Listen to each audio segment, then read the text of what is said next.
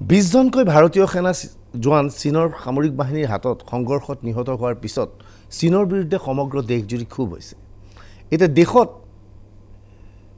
কোনো সংগঠনে বা কোনো ৰাজনৈতিক দলে দাবী জনোৱা নাই যে ভাৰতে চীনৰ ওপৰত আক্ৰমণ কৰিব লাগে।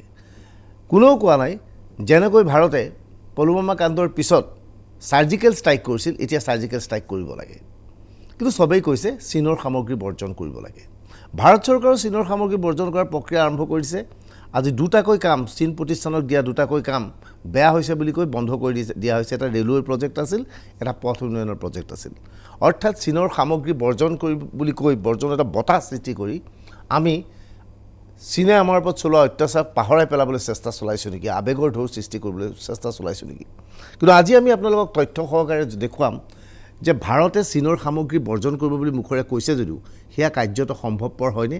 যদিহে চীনৰ সামগ্ৰী বৰ্জন কৰা হয় তেতিয়াহ'লে ভাৰতত এক সাংঘাতিক মুদ্ৰাস্ফীতিৰ সৃষ্টি নহ'বনে, বিশেষকৈ কম উপাৰ্জন কৰা লোকসকল বিপদত নপৰিবনে। এই প্ৰতিবেদন ভালকৈ চাওক, তেতিয়া বুজিব প্ৰকৃত কাহিনী।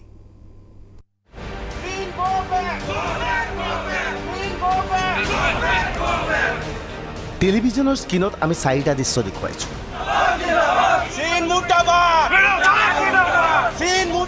খুমটাই, লখিমপুৰ, মঙলদৈ আৰু নাৰায়ণপুৰৰ দৃশ্য।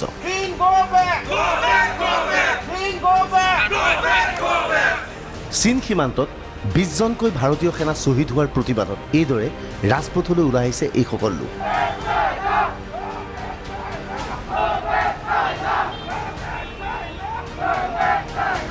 এওঁলোকৰ দাবী চীনৰ সামগ্ৰী বৰ্জন কৰিব লাগে।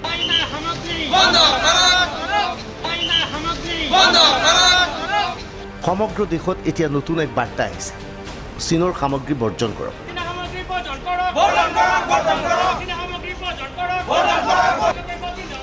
চীনে ভাৰতীয় সেনাক নৃশংসভাৱে হত্যা কৰিছে।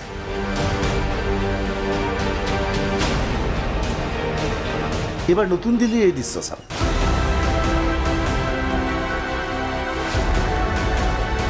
এটা সংগঠনৰ উদ্যোগত চীনৰ সামগ্ৰী এইদৰে জ্বলাই দিয়া হৈছে।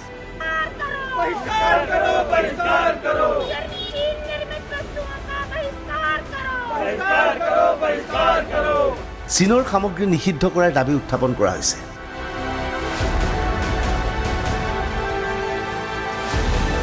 ব্যাপক হাৰত প্ৰতিবাদ কৰিছে এইসকল লোকে।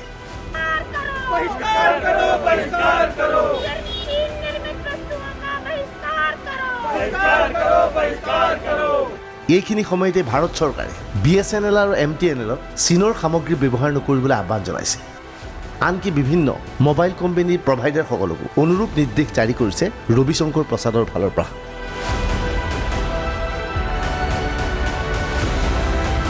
নতুন দিল্লীতেই নহয়, এনে প্ৰতিবাদ দেশৰ ভিন্ন প্ৰান্তত দেখা গৈছে। চীনৰ প্ৰতি ক্ষোভ আৰু আক্ৰোশৰ বাবে এতিয়া চীনৰ সামগ্ৰী বৰ্জন কৰাৰ দাবী উত্থাপন কৰিছে বিভিন্ন শ্ৰেণীৰ লোকে। जन कल्याण समिति हमारी है गणेश नगर सेकंड की। हम आम जनता ही हैं, हम कोई पॉलिटिकल लोग नहीं हैं। हमारा मेन उद्देश्य यही था कि जिस तरीके से चाइना के लोगों ने हमारे सैनिकों का हमारे दुर्व्यवहार करा, मारा है, शहीद करा हमारे लोगों को, उसके खिलाफ हमने चाइना का विरोध कर रहे हैं। उनके जितने भी चाइनीज सामान है हमारे पास कहीं जाने अनजाने में हम लोगों ने खरीद ही रखा है। कुछ ना कुछ सोशल मीडिया के ऐप है, हमने वो डाउनलोड कर रखी थी।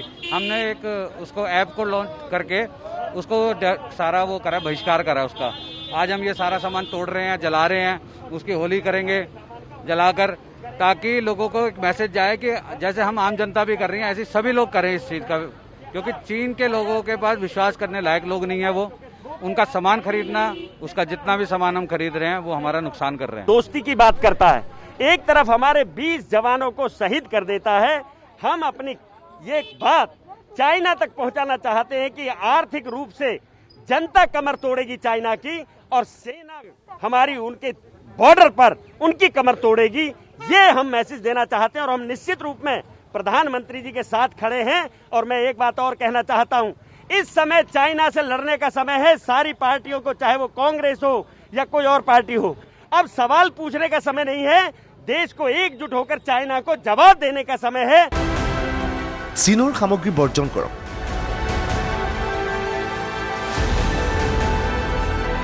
পৰোক্ষভাৱে মত পোষণ কৰিলে বিজেপিৰ জ্যেষ্ঠ নেতা ৰাম মাধৱে।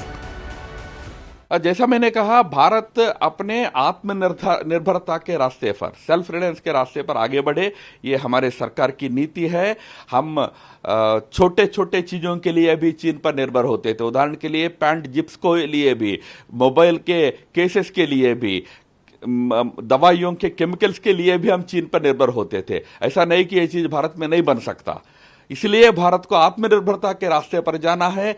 इस प्रकार के इंपोर्ट्स को हमें कम करना है, ये सरकार की नीति है। और प्रोडक्ट्स की बॉयकॉट वाली बात जनता की सेंटिमेंट है, उस सेंटिमेंट का भी हम आदर करते हैं। সমগ্ৰ দেশত এতিয়া চীনৰ সামগ্ৰীৰ বিৰুদ্ধে প্ৰতিবাদী কাৰ্যসূচী অব্যাহত আছে।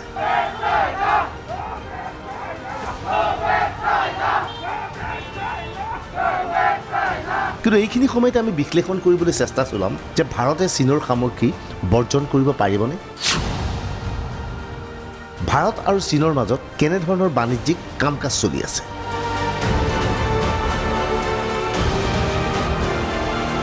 এই সমগ্ৰ বিশ্লেষণৰ পৰা সকলো কথা স্পষ্টভাৱে আপুনি জানিব পাৰিব।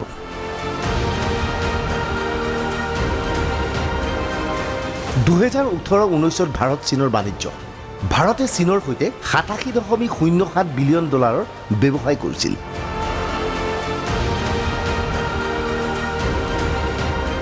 ভাৰতে চীনৰ পৰা $70.32 বিলিয়ন সামগ্ৰী আমদানি কৰিছিল।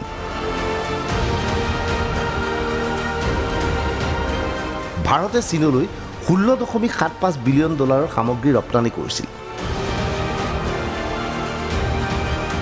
এই সমগ্ৰ পৰিসংখ্যাৰ পৰা এটা কথা স্পষ্ট যে ভাৰতৰ তুলনাত ভাৰতলৈ চীনে অন্যান্য সামগ্ৰী প্ৰেৰণ কৰিছে।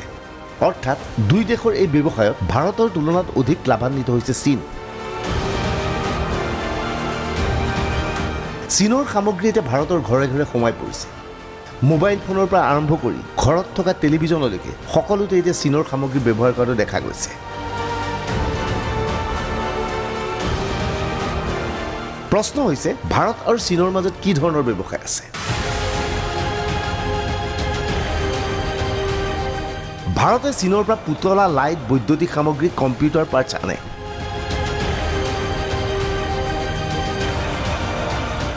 ভাৰতলৈ চীনে প্ৰেৰণ কৰে গাড়ী, মটৰচাইকেল, মোবাইল, সাৰ, এণ্টিবায়'টিক ইত্যাদি। ভাৰতে চীনলৈ প্ৰেৰণ কৰে হীৰাৰ বিভিন্ন গহনা।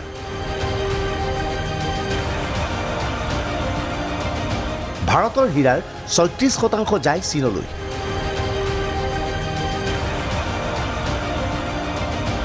ভাৰতৰ অন্যতম হীৰাৰ বজাৰ হৈছে চীন। ইয়াৰ বিপৰীতে চীনৰ বিভিন্ন সামগ্ৰীৰ সৈতে ভাৰত ওতঃপ্ৰোতভাৱে জড়িত হৈ পৰিছে। সস্তাত পোৱা বৈদ্যুতিক লাইট, দেৱালীৰ সময়ৰ ফটকা, কম্পিউটাৰৰ পাৰ্টছ, মোবাইল ফোন আদি এতিয়া ব্যাপক হাৰত ভাৰতত ব্যৱহাৰ হয় চীনৰ পৰা অহাৰ পিছত।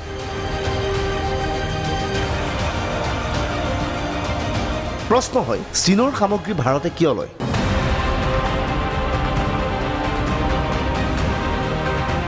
চীনৰ সামগ্ৰীৰ মূল্য ভাৰততকৈ কম।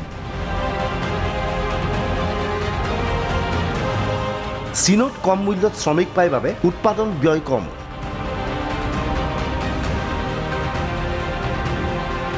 উৎপাদন খণ্ডক চীনে ৰাজ সাহায্য প্ৰদান কৰে।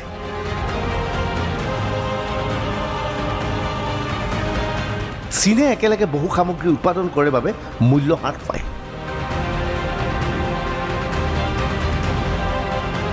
চীনলৈ এতিয়া ব্যৱসায় কৰিবলৈ ভাৰতৰো বহু ব্যৱসায়ী যায়। চীনত ব্যৱসায় কৰিবলৈ সহজ। যিকোনো এটা উদ্যোগ স্থাপন কৰিলে লগে লগে কাৰিকৰী জ্ঞান থকা শ্ৰমিক অতি কম মূল্যত পাই যায় উদ্যোগটোৱে।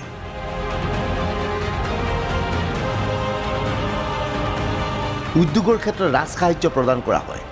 এনে অৱস্থাত চীনত প্ৰতিটো সামগ্ৰীৰ মূল্য ভাৰতৰ সামগ্ৰীৰ মূল্যতকৈ বহু গুণে কম।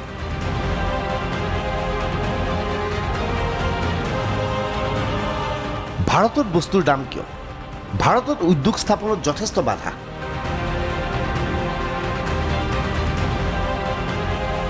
ভাৰতত কেঁচা সামগ্ৰীৰ মূল্য অভাৱনীয় হাৰত বেছি।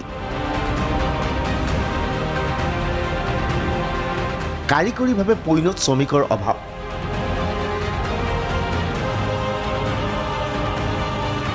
এনে অৱস্থাত ভাৰতত উৎপাদন কৰা এটা সামগ্ৰী চীনৰ সামগ্ৰীতকৈ কোনো ক্ষেত্ৰতে কম মূল্যত বিক্ৰী কৰিব পৰা নাযায়। আৰু যাৰ পৰিণতিত চীনে ক্ৰমাৎ ভাৰতৰ সমগ্ৰ বজাৰ দখল কৰিবলৈ সক্ষম হৈছে।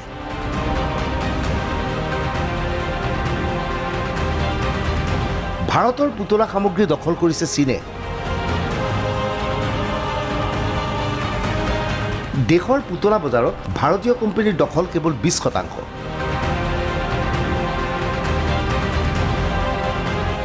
দেশৰ 80% পুতলা চীনৰ। যদিহে চীনৰ সামগ্ৰী নিষিদ্ধ কৰা হয় তেনেহ'লে ভাৰতত মুদ্ৰাস্ফীতি বৃদ্ধি পাব।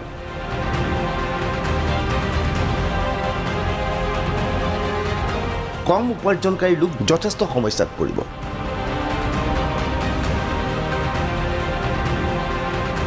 আৱেগিকভাৱে এতিয়া সকলোৱে চীনৰ সামগ্ৰী বৰ্জন কৰিবলৈ আহ্বান জনাইছে।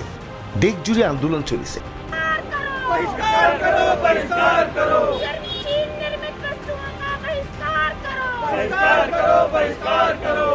কিন্তু কাৰ্যত সেয়া সম্ভৱপৰ হয়নে? চীনে যিটো হাৰত মোবাইল অথবা টিভি ছেট নিৰ্মাণ কৰিছে তাৰ তুলনাত বহু গুণে পিছ পৰি আছে ভাৰত। ভাৰতত উৎপাদিত এনে এটা মোবাইল ফোন নাই যিটো মোবাইল ফোন সকলোৱে উচিত মূল্যত ব্যৱহাৰ কৰিব পাৰি।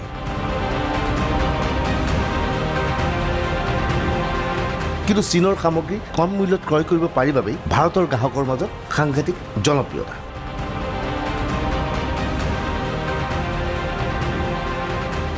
ৰ'ব, এইবাৰ আমি আপোনালোকক দেখুৱাব বিচাৰিছোঁ ভাৰতত ভাল ব্যৱসায় কৰা চীনৰ 7টাকৈ কোম্পানী। এই 7টা কোম্পানীৰ তথ্য জানিলে আপুনি আচৰিত হৈ পৰিব। কিয়নো এই কোম্পানীকেইটাৰ সৈতে আপুনি ওতঃপ্ৰোতভাৱে জড়িত।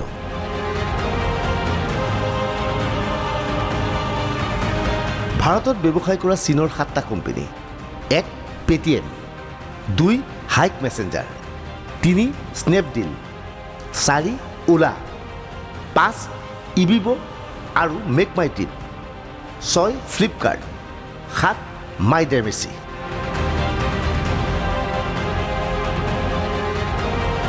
এই গোটেইকেইটা কোম্পানীয়ে এতিয়া ভাৰতৰ বজাৰ দখল কৰিছে। এনে অৱস্থাত চীনৰ সামগ্ৰী বৰ্জন কৰাটো ভাৰতৰ পক্ষে কাৰ্যত সম্ভৱপৰ হ'বনে?